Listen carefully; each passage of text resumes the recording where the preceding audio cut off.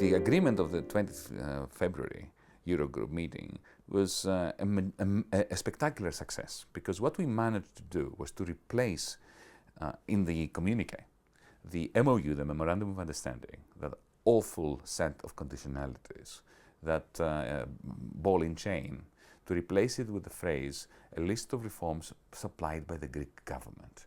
That was a major achievement, and I can tell you, Dr. Schäuble, the German finance minister, spoke out against this more than 20 times in that meeting.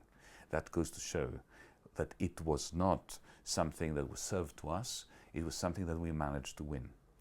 The tragedy is that 4 days later, we were defeated in silence, without anyone realizing, and I have to say that I was culpable for that to a certain extent. What happened was, during the couple of days that followed the 20th of February agreement, we were working very hard to compile that list of reforms to be supplied by the Greek government.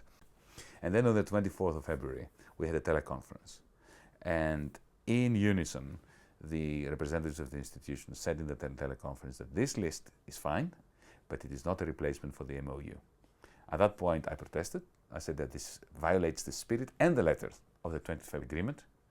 I registered that position of the Greek government, but I did not make the point, and that's where my culpability rests, that we would refuse to sign the agreement for the extension of the loan agreement if they did not take this statement back. And I didn't do it because it was a verbal statement, it was not written down, and I thought that we might as well have the 4 months, additional months during which to negotiate. It was a mistake.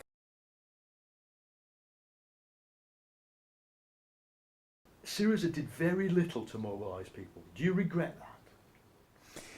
I regret that we did not mobilize people during the week of the referendum, the week prior to the referendum, but during that spring, we didn't need to mobilize people. People were self-mobilizing, and that was magnificent. We were walking on the street, you remember that, you saw that, we were going on foot from Parliament to the Ministry, and we were mobbed. People were actually mobilizing themselves, they didn't need us, and we were doing this. We were helping that, we were feeding that simply by resisting and putting forward the proposals to the Troika that the Troika loathed. That was not the problem. The problem was that by the time we reached June, our side had capitulated already, at least psychologically. And when the referendum was called for, there was no mobilization. You are quite right. I tried to convince our side that we should mobilize, but it was clear that they had already given up. What was the moment that it went, that Tsipras mentally accepted there was going to be a climb down? For me, the date that sticks out as the sea change, the negative sea change, is around the 27th of April. Why? Because it was at that time that I witnessed a major turnaround, a turnaround in spirit and in attitude, from an attitude which was one of defiance, of demands regarding my sidelining, for instance, speaking from my perspective. The next day, I recognized that precisely the opposite was the case. And to be more precise, I've written an article in Kathimerini about this last Sunday. A few days later, I found out that without my being consulted, without my knowledge, we had given up on austerity. We had actually accepted a very large dose of austerity, at which point I was utterly livid. Was that the case? We have a good film of you on May Day being mobbed by people, May Day 2015. Did you already know at that point that Syriza had taken the decision to accept a lot of the austerity? Yes, and I had also disagreed with the rationale. The rationale that was presented to me, once I found out, was as to why they did it and why they made these concessions without consulting with me. The rationale was, we will give them the austerity, we'll take debt. That is, we will do this in exchange for debt restructure. At that point I said, this to me sounds completely nonsensical. If you give them high primary surpluses, why should they give you debt restructure? It's like admitting that your debt does not need restructuring. But I felt, even then, that was just a mistake on the part of the Prime Minister and some of his advisors, that the Troika was not going to yield anything, and at that point we would all unite again and would come out fighting. It did not happen. The day you decided not to pay the IMF, big day, and we were there. Did people not realise it would cause a bank run? I mean, because a bank run, effectively, the trickle began then on the day you decided not to pay. I think it's the 4th of June. What was the rationale for that? Paul had decided some time before that to default on the IMF, and it was the right decision. It was the right decision because, as I said, the only thing that the Troika cared for was the default. And let's face it, they had defaulted upon us, because the deal had been, since 2012, that they would be making disbursements and would be using this money to pay them back. So they unilaterally discontinued the disbursements, but they were expecting us to make repayments. We made repayments. I recall having to scrounge around to find liquidity worth 7 billion in order to keep repaying them. At some point that had to end, and they knew that. They were delaying the negotiations until our liquidity ran dry, in order to get us. So my view, and I think the Prime Minister's view, was that we should default, that this was what you do during such a harsh round of negotiations. We should have done this earlier. The mistake was that we threatened to do it earlier and we didn't do it. And when David threatens Goliath with some retaliatory action and doesn't see it through, then David loses bargaining power. On the 21st of June, me and you were standing inside the Maximo, and you talked to me about precisely, again, defaulting on the ECB, defaulting on the SME bonds. Why didn't you do that? It was clearly on the table then. Why did that plan not come to fruition? I wasn't allowed to. It's one of the main reasons why I resigned. My argument was that if you're going to call for the referendum and support the no verdict, you should be prepared to do what it takes in order to retaliate against the very aggressive, extremely aggressive action of the ECB to close down your banks.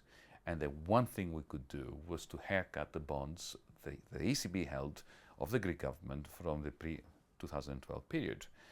But there was a veto within our war cabinet, and I ended up being in a minority of one. We won the referendum, and then the leadership decided, the same majority decided to turn the no into a yes, and I was a former finance minister on that moment. What should we think about Tsipras? An honorable man, a good leader, somebody who could have turned Greece around,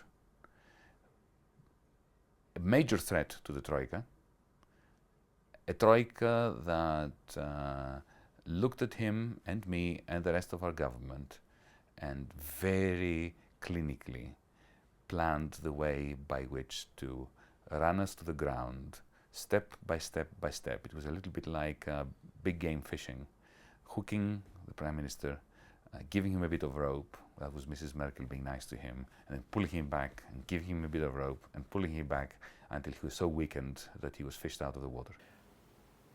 What did you feel on that night? We met on the night the victory of the referendum. It was all smiles. What happened between then and the next day? What happened? You were not part of the set sufficiently to pick up that it was in an electric atmosphere, a negatively charged electric atmosphere in Maximo. When I walked in Maximo and I saw you there, I felt it. You probably didn't. The atmosphere was very negative. It was clear that the resonance of this majestic no on the streets had not carried through into Maximo. Maximo was charged towards surrender. What did you feel on the moment you saw Tsipras sign that deal? I felt as if the earth had imploded from under my feet. I felt incredible sadness and the sense of having betrayed the 62% of Greeks who, with astonishing courage, went out against the powers that be, against the media that were terrorizing them in their living rooms through their television and radio channels every day, against the closed banks, against the ECB, against the Troika. I felt we betrayed them, and I don't think we had the historical right to do that. Is that it for the left in Greece? Oh, of course not. We've suffered much greater defeats and we have always bounced back. And the reason why the left bounces back is because European capitalism is so atrocious at managing itself. It spews out crisis, and then the left is the only humanistic response to them. And this crisis, especially in Greece, is nowhere near over. This is just a chapter. It's a battle in a long war, and I think the left will come back. There's an anarchistic streak in Greece. There's an anti-politics streak. Do you think people will ever trust politics again, given their dreams were effectively broken? Well, there's a problem of credibility there, but I can tell you that when I walk around the streets of Athens, I feel an enormous amount of support for a defiant practice, set of actions. Those of us who did not in the end surrender and did not accept that surrender was the optimal strategy still maintain a very close link with the people dreaming in the streets of Athens, Patras, Thessaloniki and so on. Will they ever revolt again? Of course. When? They're already revolting in their own minds, in their own social movements.